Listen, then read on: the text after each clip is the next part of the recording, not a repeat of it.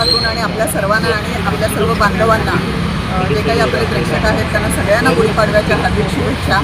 आम्ही आज इथं सिलेंडरची गुढी उभी केलेली आहे, कारण सध्याला सिलेंडरच्या तुटवड्यामुळे अन्न, वस्त्र, निवारा या मूलभूत सुविधेमधील अन्न जे आहे ते शिजवण्यासाठी खूप मुश्किल झालेलं आहे। लोकांना घरी सिलेंडर मिळत नाही आहेत। प्रत्येक गॅस एजन्सीच्या बाहेर रांगा लागलेल्या आहेत, 2-2 किलोमीटरपर्यंतच्या रांगा आहेत। 3000-4000चं वेटिंग चालू आहे।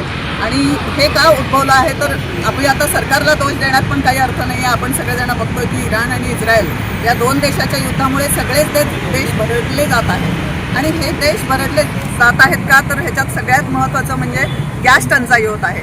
आपण इतर कुठलीही टंचाई आपण सहन करू शकतो। एक वेळ पेट्रोल पंप नसेल, आपण घरात बसू, पेट्रोल पंप बंद असतील किंवा कोविडच्या पिरियडमध्ये आपण बघितलं सगळं काही बंद होतं, आपण सगळ्यांनी सहकार्य केलं, सगळेजण आपण घरी बसलो।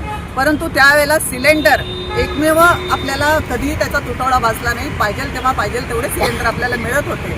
तर असाच या पद्धतीने यापुढेही सिलेंडर हे अत्यांतिक गरजेचं साधन झालेलं आहे। सिलेंडरशिवाय माणूस जगूच शकत नाही, अन्न शिजवू शकत नाही। आणि त्यामुळे आम्ही सिलेंडरचं गुढी उभी केलेली आहे, कारण की जेव्हा प्रभू रामचंद्र अयोध्येला आले रावणाचा वध करून, तेव्हा तिथल्या नागरिकांनी गुढी उभं करून त्यांचं स्वागत केलेलं होतं। तर आम्ही पण असंच रामचंद्राच्या चरणी आज प्रार्थना करत आहोत की भविष्यात कुठलीही टंचाई येऊ दे, परंतु गॅस सिलेंडरची टंचाई कधी येऊ नये, त्याच्यासाठी आम्ही ही गुढी पेढे लाडू वाटपाऐवजी कोळसा वाटप केलेला आहे। हां, कारण की आता लोकांना सिलेंडर नसेल तर दुसरा पर्याय काय, तर पूर्वी आपण कोळशाने चूल पेटवूनच स्वयंपाक केला जात होता।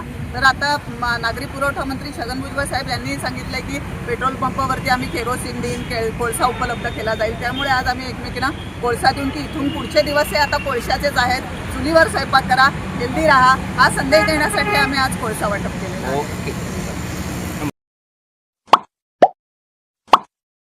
Like, subscribe, click on the bell.